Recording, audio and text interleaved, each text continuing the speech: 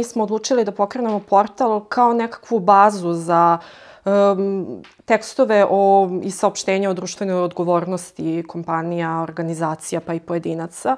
Oni su uspeli da skupe, ja mislim, za 219 inkubatora, tako nešto, znači to je ogromna cifra.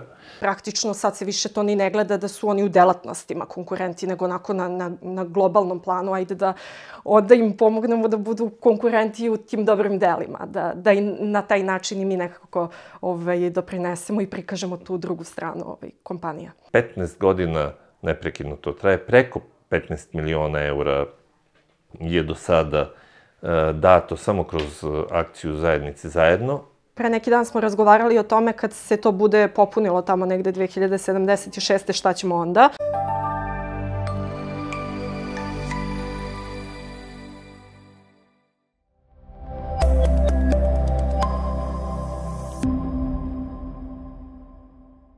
Dobar dan, dobrodošli u prvu epizodu podcasta Dobročinitelj, u kojoj ćemo razgovarati sa našim gostima malo više o celom tom projektu, kako je počelo, kakvi su planovi za dalje, ko su prvi dobitnici i tako dalje. Biće mnogo toga interesantnog u današnjoj epizodi. Milan Ristić i Sanja Janković iz Moje Srbije su sa nama. Dobar dan, dobrodošli. Dobar dan. Dobar dan. Ajde, kao što red nalaže, na početku svega je početak, je li tako? Pa, hajde prvo da kažemo kako je sve počelo. Mogu ja? Može. Izvolite, javi se za reč prvi. Da. Prvo srećan nam početak rada i prvi podcast. Počelo je sve 2010. davne 2010. godine. Mi smo u to vreme radili velike karavane po Srbiji gde smo radili promociju domaćih proizvoda. Naime, tada smo bili sveži, izašli smo iz onih 90. godina kada su bile sankcije, kada nije bilo uvozne robe, strane robe. Domaća roba ne može se reći da je bila dobrog kvaliteta jer i plate su bile takve da nije moglo da se kupuje. I onda je praktično se pojavila potreba početkom 2000-ih da se razgovara sa građanima, da im se objasni da je domaća roba koja se proizvodi u Srbiji, da je dovoljno kvalitetna, da je kvalitetna najmanje onoliko koliko i uvozna roba, a često i kvalitetnija od toga. I onda smo mi radili te karavane, obilazili Srbiju, dosta meseci smo proveli na točkovima. 2010. godine smo odlučili da uvedemo priznanje Moj izbor za najkvalitetnije domaće proizvode. To je priznanje koje se dodeljivalo isključivo na osnovu glasova potrošača.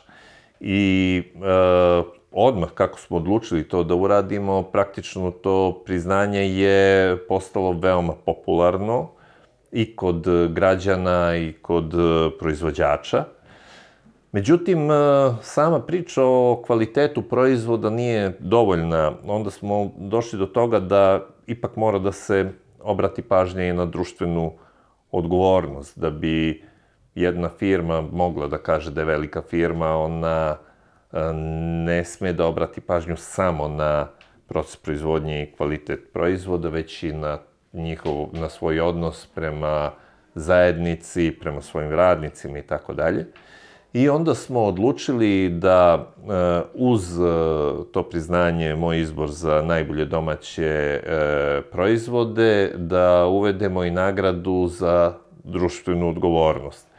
Odlučili smo da se ta nagrada zove takođe Moj izbor za društvenu odgovornost. Zašto smo to uradili? Zato što samim tim i jedna i druga nagrada će jedna drugoj davati na težini. I to se ispostavilo kao dobra stvar, građani su to prepoznali i tako je sve krenulo. Znači, 2011. godine smo prvi put dodelili tu nagradu, ali ta nagrada je zaista već prve godine imala svoju veliku popularnost. Praktično bilo je mnogo zainteresovanih firmi za dobijanje te nagrade. A interesantno je to da je na tom početku jedno pozorište bilo umešano u celu priču, da? Da, zato što smo imali veoma dobru saradnju sa Beogradskim dramskim pozorištem i onda smo već tu prvu dodelu organizovali u Beogradskom dramskom, a kada smo, da, to je bila prva dodela te 2011. a već za 2012. Tada smo razdvojili nagrade. Prvi put smo dodelili i jednu i drugu nagradu zajedno na istom događaju. Već sledeći put smo odlučili da razdvojimo dodele i kad smo radili tu dodelu za društvenu odgovornost, recimo, zakupili smo Beogradsko dramsko pozorište na 3 dana. Imali smo besplatne predstave, ja mislim da je bilo nekih 6-7 besplatnih predstava, gde smo pozvali građane da kad dođu, umesto da plate kartu, da pošalju SMS i da daju prilog u dobrotvorne svrhe. I to je bilo sjajno. Imali smo čak autobuse organizovane iz Novog Sada, koji su dolazili da bi gledali te pozorišne predstave koje smo mi organizovali. Tako da je bilo sjajno i, kažem, sa Beogradskim dramskim smo stvarno imali odličnu saradnju. A nagradu Dobročinitelj prati i portal Dobročinitelj, tako? On je pokrenut odmah nakon što je dodeljena ta prva nagrada. Pa Sanja, kako je počeo portal? Da, zapravo portal Dobročinitelj RS je pokrenut pošto je nagrada promenila naziv iz moj izbor za društvenu odgovornost u Dobročinitelj. Tako da mi smo odlučili da pokrenemo portal kao nekakvu bazu za tekstove i saopštenja o društvenoj odgovornosti kompanija, organizacija pa i pojedinaca. Tako da smo onako imali cilj zapravo da tim portalom motivišemo i druge kompanije i organizacije da čine isto, odnosno da prosto slobodno i besplatno mogu da objavljuju svoje tekstove, o društvenoj odgovornosti i odmah u startu smo znali kako će to da funkcioniše, dakle da apsolutno nećemo to poraditi sa nekakvim PR tekstovima i da to treba da bude bez bilo kakvih troškova i nadoknade. Tako da najveći zamah, da tako kažemo, je ovaj portal imao za vreme koronavirusa. Tada smo dobijali najveći broj saopštenja i tekstova i moram da kažem da su nam tu dosta i marketing i PR agencije pomogle i doprinele, ne mogu da kažem baš pomogle, ali nekako proširili su priču o našem portalu svojim klijentima, tako da smo zaista dobili veliki broj tekstova i bilo je interesantno pratiti kako funkcionišu i kako se organizuju firme u tom čitavom okruženju i dešavanjima koje su bila tada. Ja sam se tada najviše zapravo bavila time jer realno to je bilo vreme korone, drugog posla je bilo manje. Tako da sam mogla nekako da ispratim i da budem u kontaktu sa svim tim kompanijama i ljudima koji rade u kompanijama i prosto imali smo i tu drugu stranu priče, kako su oni zapravo svoje te budžete, sad ja ne mogu tačno da garantujem da su oni bukvalno menjali budžete, ali su, na primer, menjali namene. Recimo, nisu sada, na primer, davali za sadnju ili za čišćenje priobalja, nego je to išlo u zdravstveni sistem, na primer, šile su se maske ili spavačice, donirao se nameštaj i sve što je bilo potrebno u tom trenutku. Čak jedna saradnica me kontaktirala i rekla da su osmislili recimo neki novi, sad da ne kažem baš konkretno ko je u pitanju, ali neki novi ukus i da su to stopirali i da su se prosto potpuno prebacili na bavljenje društveno odgovornim poslovanjem, jer zaista u tom trenutku kada svi praktično kupujemo maske i alkohol i šta god, brašno. Mislim, ne mogu da kažem da nije bilo, da smo se svega suzdržavali i da nismo kupovali slatkiše i sokove i tako dalje.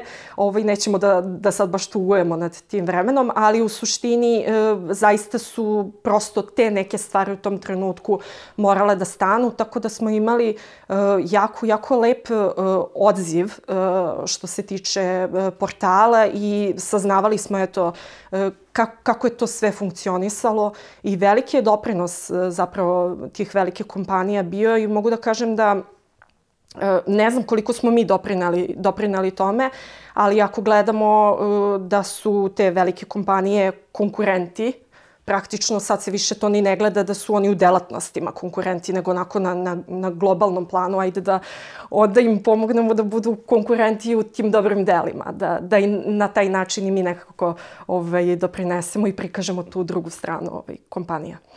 Dobročinitelj može se reći da je doprineo toj još većoj saradnji, da je doprineo toj inspiraciji da se postane još bolji društveno odgovoran i tako dalje, ali postali su i neki izazovi, da kažemo tako, sa kome ste se suočavali. Nagrada je jedne godine pauzirana, dodela nagrada je pauzirana.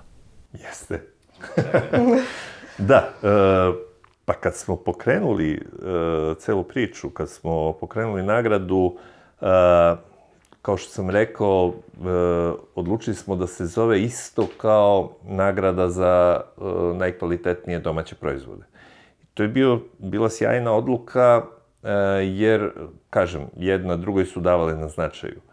Međutim, već nakon par godina nagrada za društvenu odgovornost je postala jako poznata i jako popularna. I onda je dolazilo i do nekih problema. Tako da, naročito kod medija, mediji su tu imali odrešene ruke u to vreme da objavljuju bukvalno sve vezano za nagradu za društvenu odgovornost i onda je bilo mnogo informacija vezano i za dobitnike i za sve to što se dešavalo. Međutim, dešavale su se i greške. Tako da ste vi imali informaciju da je neko dobio nagradu za društvenu odgovornost isključivo na osnovu glasova potrošača i tako dalje. Znači, nisu bile precizne informacije i da se to ne bi dešavalo, odlučili smo da promenimo naziv tog priznanja. Bilo je tu još nekih problema o kojima ne bih baš da pričam i nekih pritisaka i tako dalje.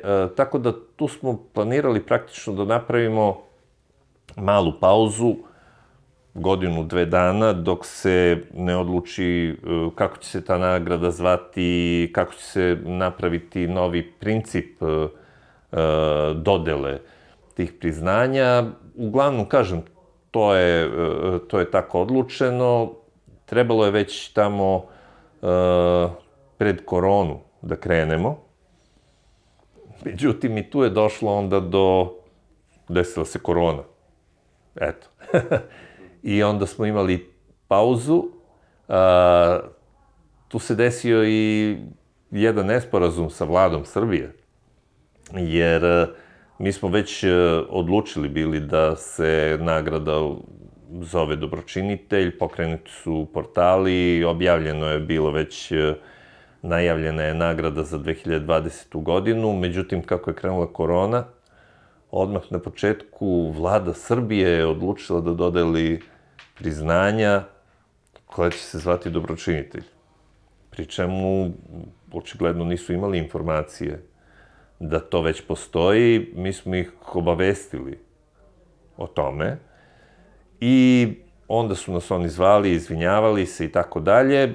Uglavnom, pošto je to što su oni radili, što je vlada Srbije nameravala da uradi, zaista bilo potrebno. Oni su hteli da nagrade obične građane koji su se istakli tokom pandemije. Stvarno je tu bilo mnogo ljudi koji su radili, kako da kažem, veoma hrabra dela. Mnogo su dali sebe u toj pandemiji i trebalo ih je nagraditi. I onda smo mi sa vladom praktično napravili dogovor, pošto su oni hteli da to naprave jednokratno, da oni naprave te godine tu dodelu, a da nakon toga mi nastavimo sa ovom našom pričom gde su uključene pre svega kompanije i organizacije, znači, a ne sami pojedinci. Tako da, kažem, i sama ta korona je malo unela pometnju, uglavnom, eto, napravljen je taj mali period od par godina koliko se nije dodeljivala nagrada. Nakon toga smo promenili proceduru i sve i evo već, znači ovo je sad bilo 8. put kako dodeljujemo nagradu. Pa neko to bude period konsolidacije. Tako. Da se sve iskristališe, da vidimo gde smo, šta smo, a ono što je interesantno je to da vremenom kako se išlo korak po korak, usavršavao se ceo taj postupak, ceo taj princip i došlo se do toga da dobročinitelji nominuju dobročinitelje, da ih biraju. Da. O čemu je tu reč? Pa da, mi kad smo pokretali nagradu Moj izbor, odlučili smo da isključivo potrošači, znači kad smo pokretali Moj izbor za najbolje domaće proizvode, odlučili smo da se ta nagrada dodeljuje isključivo na osnovu glasova potrošača. Bez uticaja žirija, komisija i svega ostalog. Jer prvo, potrošači su najkompetentniji da kažu šta je dobro, najstrožiji su žiri sigurno i žiri na koji niko ne može da ima uticaj. I to se pokazalo kao jako dobro, firme su izuzetno dobro reagovale na to i ta nagrada je odmah na startu postala jako prestižna. I onda je bilo pitanje kako da za dobročinitelja to definišemo. Naravno, tu nagradu ne mogu da dodeljuju potrošači, pošto potrošači ne mogu da imaju informacije koja firma je koliko uložila, šta je uradila. Mnogi ti podaci koje mi sad dobijamo od firmi su poslovna tajna praktično, tako da to ne možete da izlazite u javnost pa da organizujete neko glasanje i tako dalje. I onda smo u stvari u jednom trenutku došli do toga da najbolji žiri koji može da dodeli nagradu dobročinitelja su u stvari one organizacije, oni ljudi koji su se najviše istakli i koji su već dobili nagradu dobročinitelj. I onda smo praktično usvojili to da nagrada dobročinitelj postane nagrada koju dodeljuju dobročinitelji. I to je prvi put organizovano kad je Fondacija Novak Đoković, da, 2022. Tako je. Fondacija Novak Đoković je praktično prva fondacija, prva organizacija koja je dobila tu nagradu isključivo na osnovu glasova prethodnih dobitnika zlatne plakete dobročinitelja. Govorit ćemo malo detaljnije o svim tim dobitnicima i u još jednom interesantnom segmentu graviranja pobednika na poseban jedan način. Ali, ajde Sanja tebe da pitam, pošto svi dobročinitelji, svi ljudi koji su dobili ovo priznanje završavaju i na portalu dobročinitelj.rs. Kakva je njihova reakcija? Koliko su oni zadovoljni time što se njihovo ime i ime njihove firme našlo baš na portalu? Da, pa mi mislimo da im veoma znači, a i znamo zapravo po njihovim reakcijama i tokom prijava i nakon toga koliko im znači i da se o njima govori na taj način i vidimo kakve prijave dobijamo, koliko se zapravo posvete tome da sve to onako uredno popune i dostave. Sad, ja bih se nadovezala i na ovo o čemu smo malo pre govorili, a to je da zašto potrošači ne mogu da biraju, zato što mi dobijamo te podatke koji ostaju samo kod nas i nama se recimo dešavalo 1 ili 2 puta da mi dobijemo prijavu, da dobijemo čak i popunjen formular detaljno i onda samo jedan dan nas pozovu i kažu ipak stopiramo, odustajemo. I sad, ja naravno, kada se to desi, ne pitam odmah zašto, to je njihova odluka, ali kroz razgovor mi zapravo shvatimo da to konkretno za ovu jednu firmu, ona jako dugo posluje kod nas i oni jako dugo posluju na isti način.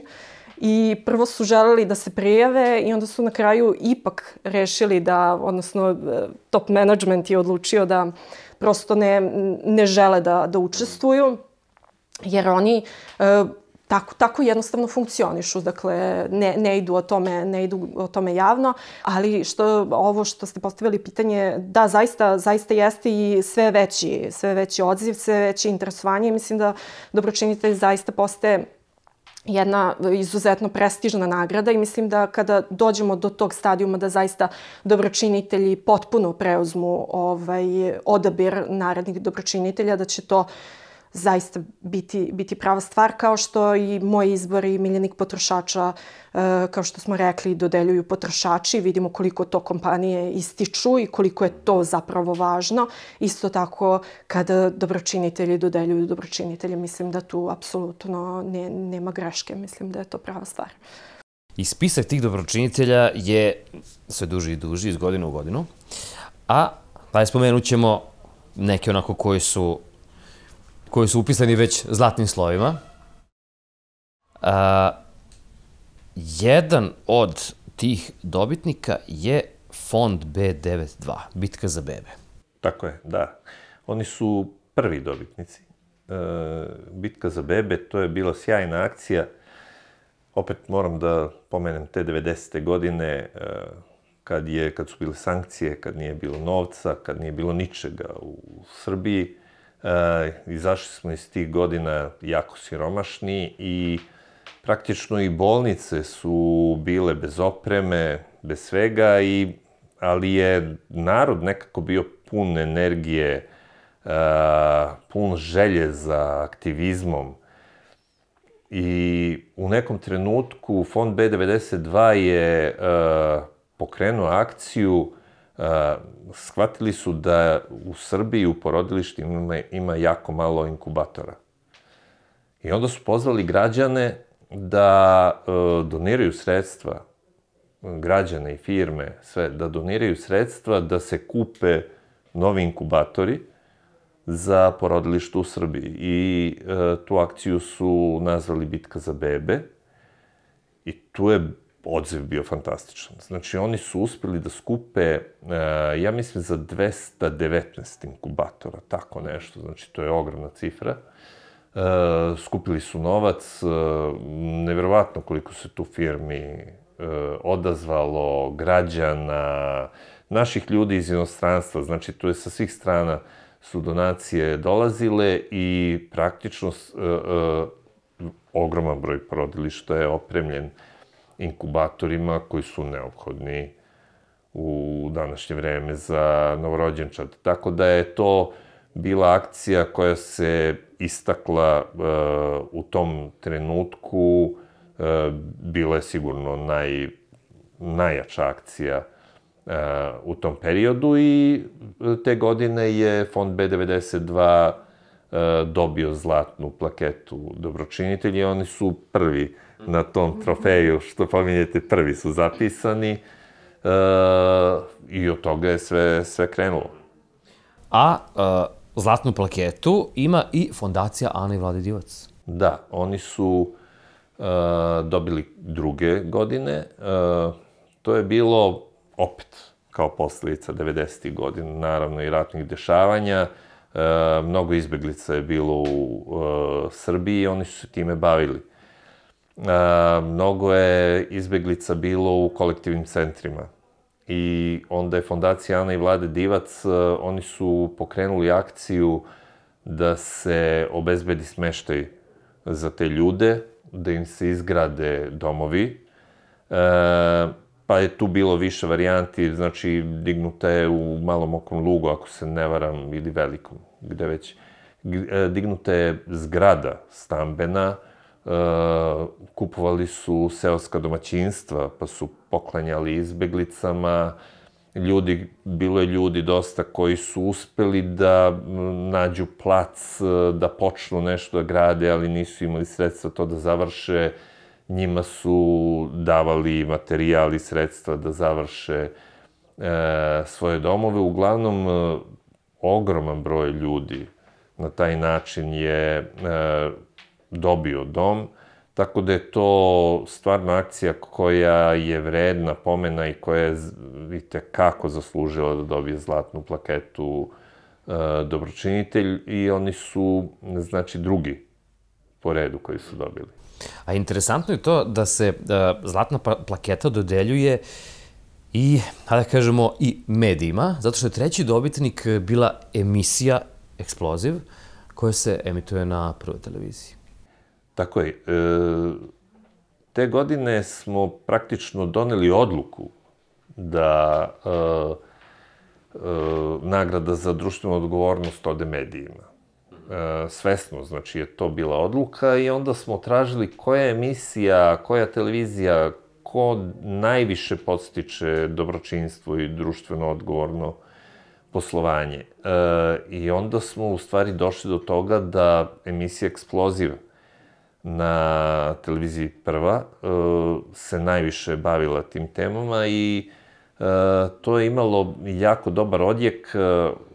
Mislim, ljudi bi očekivali da kad se bavite tako teškim temama, da te emisije ne budu gledane. Međutim, naprotiv, ova emisija je, osim što je pričala o tim teškim temama, imala i veliku gledanost. I baš na osnovu njihovih priča, recimo, čak su uspevali ljudi da reše svoje probleme, od stambenih, većinom su to materijalni problemi bili, ali ne samo da je direktno tom emisijom da su ljudi pomognuti, nego je i sama emisija podsticala pre svega kompanije da budu društveno odgovorne i da pomognu zajednici, da pomognu tim nekim ljudima, pojedincima u teškoj situaciji. A ljudi koji definitivno pomažu ljudima u teškim situacijama, kad se nađu u prirodi, naročito je Gorska služba spasavanja i oni su jedni od dobitnika zlatne plakete. Tako je, to je 2014. godina kad su bile one strašne poplave i, kako da kažem, to je maj mesec bio, cela Srbija je bila pod vodom, najviše je stradao Obrenovac, tu je mnogo ljudi nastradalo zaista i svi se sećamo onih scena noću kad je grad bez struje u mraku, praktično kao veliko jezero, a kad ljudi stoje na svojim krovovima ili u zgradama na nekim visokim spratovima, boreći se za život. Mnogi ljudi su učestvovali tada u spašavanju, ali oni koji su se posebno istakli, to je Gorska služba spasavanja, koja je zaista, njihovi članovi su rizikovali živote. Kad vi se nađete u čamcu, na jezeru, ispod vode, pitanje šta se nalazi, ipak su to ulice, to je grad. Zaista, znači, svi su oni bili u mogućnosti da nastradaju, ali su ipak bili dovoljno hrabri da pomažu ljudima i spasli su sigurno veliki broj života i zato je ona, Gorska služba spasavanja, i tekako zasluženo te godine dobila zlatnu plaketu dobročinitelja. A na ovom spisku zlatnih dobitnika nalazi se i ime gospodina Milomira Glavčića. Ko je pričao o njemu? On je sjajan čovek. On je naš čovek koji živi u Kanadi.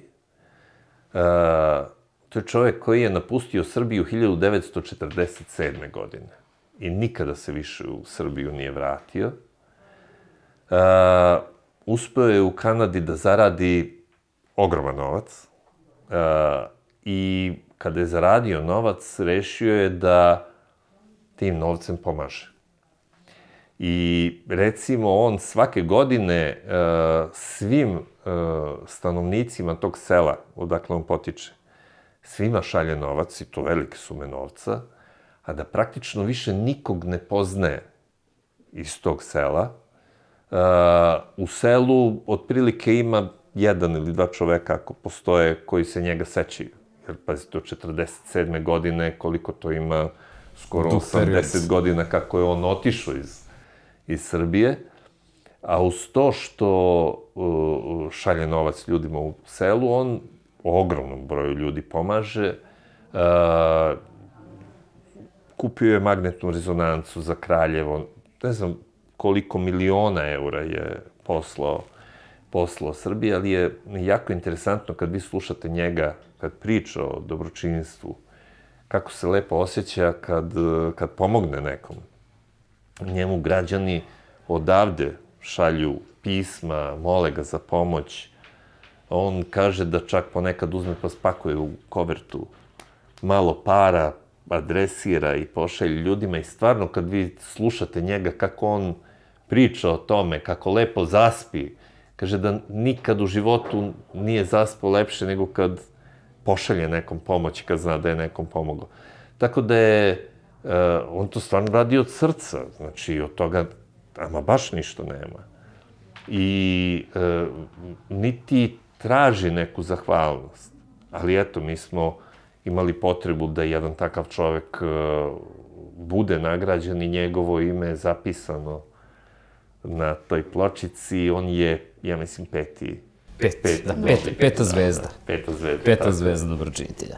A, kao što smo rekli malo pre, Fondacija Novak Đoković dobila je prvi put nagradu na osnovu glasova prethodnih, je li tako? Tako je, da, tako je. Novak Đoković fondacija je dobila 2022. godine i tad smo prvi put sproveli tu našu zamisao da dobročinitelji dodeljuju nagrade drugim dobročiniteljima.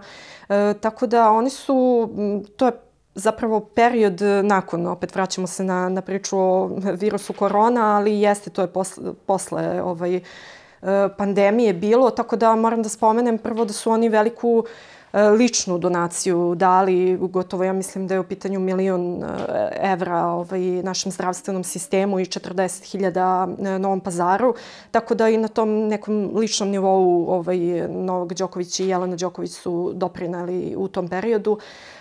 A ono što zapravo njihova fondacija radi, što smo mi prepoznali kao značajno, a i dobročinitelji naravno, jeste da oni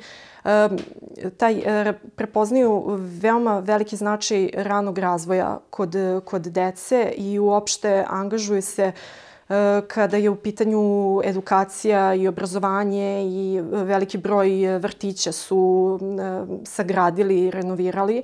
I to prosto nije moglo da se ne nagradi, jer je zaista u tom trenutku, ja mislim da su čak 4 vrtića bila sagrađena. Ja mogu da kažem da sam ja i lično videla taj boljitak zato što su u skorije vreme obnovili jedan vrtić u Odžacima. Moji roditelji su odatle. Zapravo, to je vrtić koji je, ako sam dobro informisana, proširen, jer je bilo potrebno da se poveća kapacitet za jedno 100-ak dece. Dešava se to da u Odžacima su sve veće porodice, da se odlučuju da imaju 3 i više dece, što do skoro nije bio slučaj, tako da se ta potreba prosto javila. Eto, oni su je prepoznali i zaista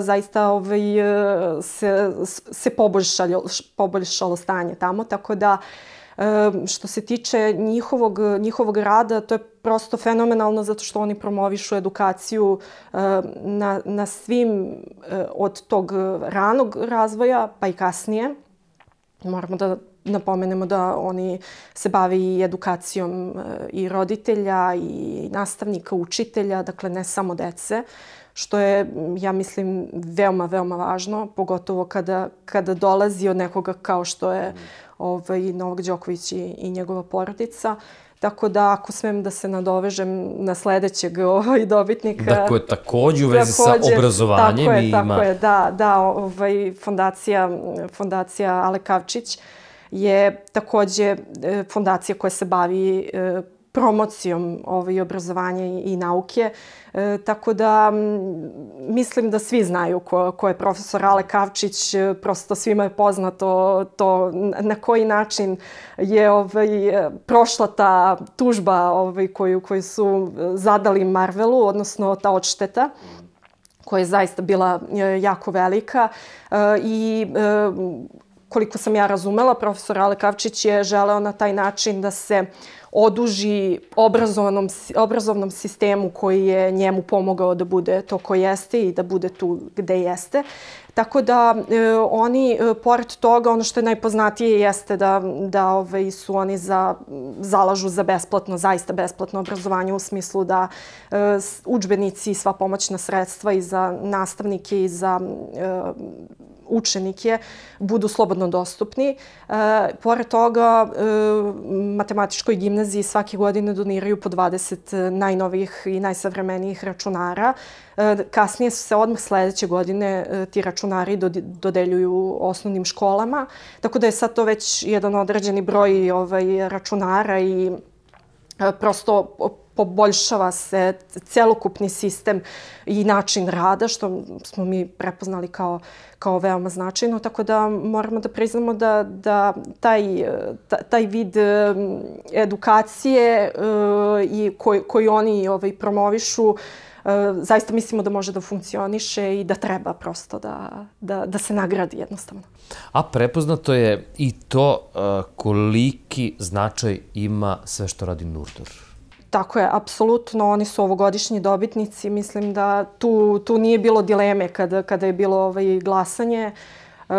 Udruženje Nurdor, pored toga što pomaže da se bolnice osavremene i da se izgrade, oni grade i rehabilitacione kampove, što je veoma važno spomenuti. I prosto oni su onako u globalu, da kažemo, jedna velika podrška ne samo deci, nego i roditeljima i nikada ne zaboravljaju, dakle, svoje, da kažem, članove, uvek im pomažu, uvek su uz njih.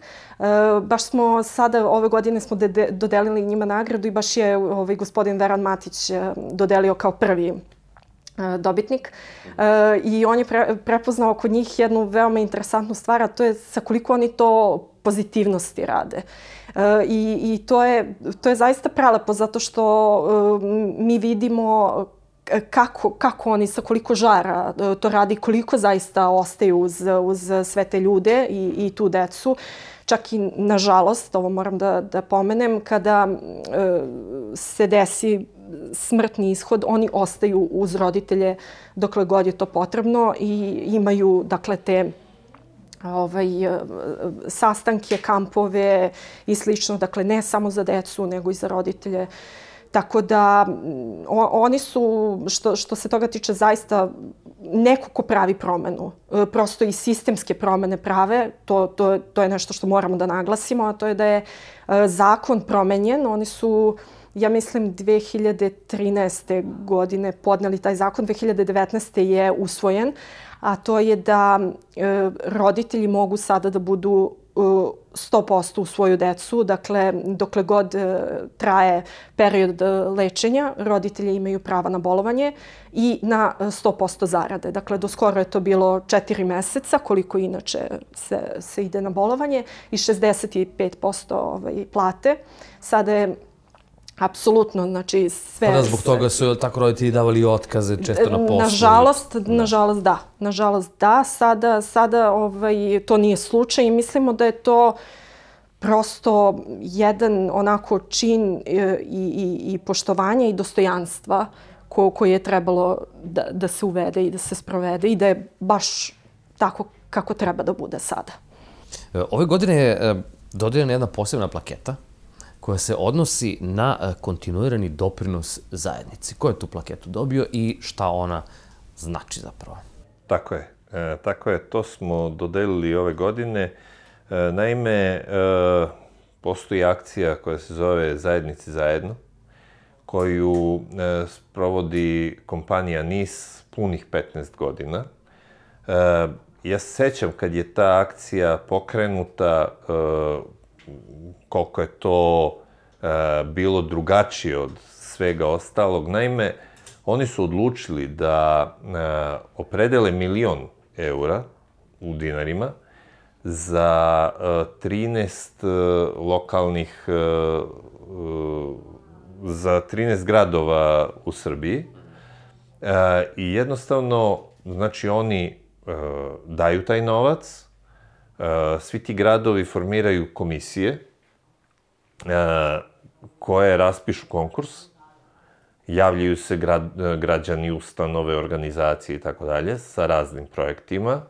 Na kraju komisija sedne, razmotri koji su projekti dobri, koji su zaslužili da budu podržani i od tog novca se ti projekti praktično podržavaju. 15 godina neprekidno to traje, preko 15 miliona eura je do sada dato samo kroz akciju Zajednici zajedno i samim tim što je to taj jubilej, mi smo odlučili da je ta akcija i da je kompanija NIS zaslužila da bude nagrađena specijalnim priznanjem za kontinuirani doprinos zajednici.